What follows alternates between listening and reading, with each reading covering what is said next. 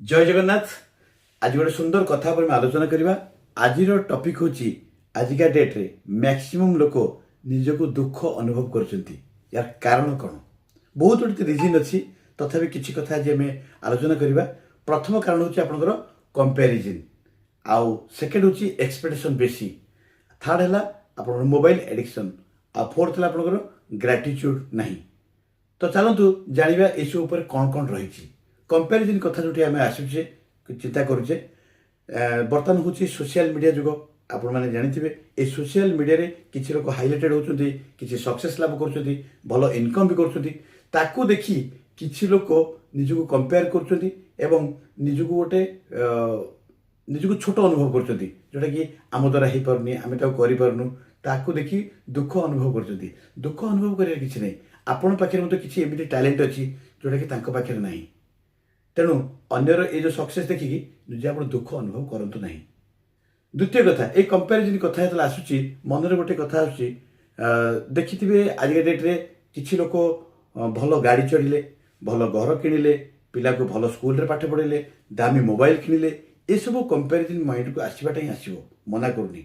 किंतु आमर जो एक्सपेक्टेशन हाई रोची, आम बर्तमान धरतु गोटे घरे रहीचे, आम जो गोटे घरे अच्छे आम निज खुशी अनुभव करा कथा, किंतु आम खुशी एथि अनुभव करें आम देखुचे कहार 2टा घर 3टा घर 4टा घर अच्छी कंपेयर करुचे।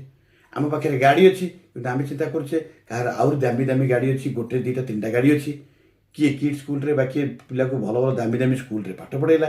यही सब जो कंपेरिजन आम करुचे जहाँफल आम दुख अनुभव करछे।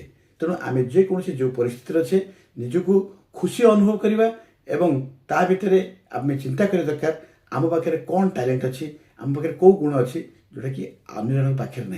तेणुक निजर थिबा आपणकर टैलेंट बा निजर थिबा जो क्वालिटी को आपण एक्सपैंड करंतु आ कंपेयर करंतु नहीं।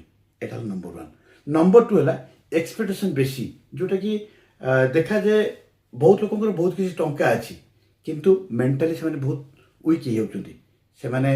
यार कारण है आम पाखे आजिका डेट्रे पेसेंस नहीं। आप देखिए जो मैंने आजिका डेट्रे सक्सेस होती से केते स्ट्रगल करते मेहनत करते जो जिनसा आजिका ना पेसेंस नहीं। आजिका डेट्रे कौन काम करने पेसेंस नहीं। समस्त चाहते केमती सर्टकट बाटे आम इमिडिएट रिटर्न पाइबू आफल से दुख अनुभव कर।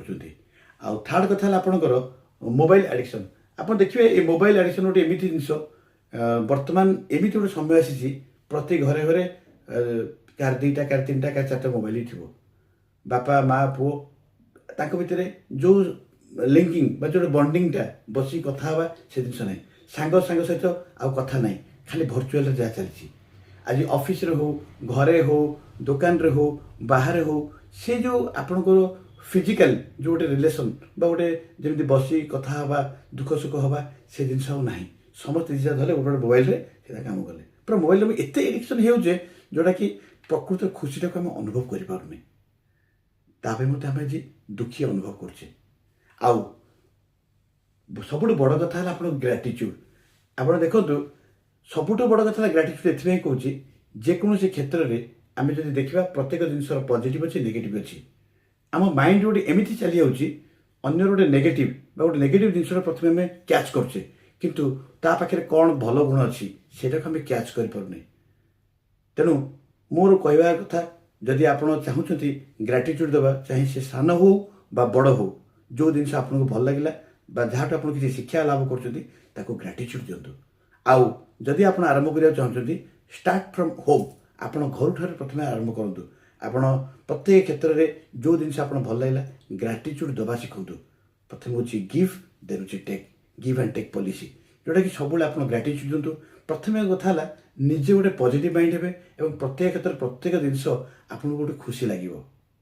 तो बंधुगण ये जो भाई मैंने अच्छा समस्त भिडियो माध्यम अच्छा बहुत ज्ञानी विज्ञान लोक मैंने अच्छा किंतु कहीं आज मो मन को एक कथा आसला से मुझे आज सेयार करुँची।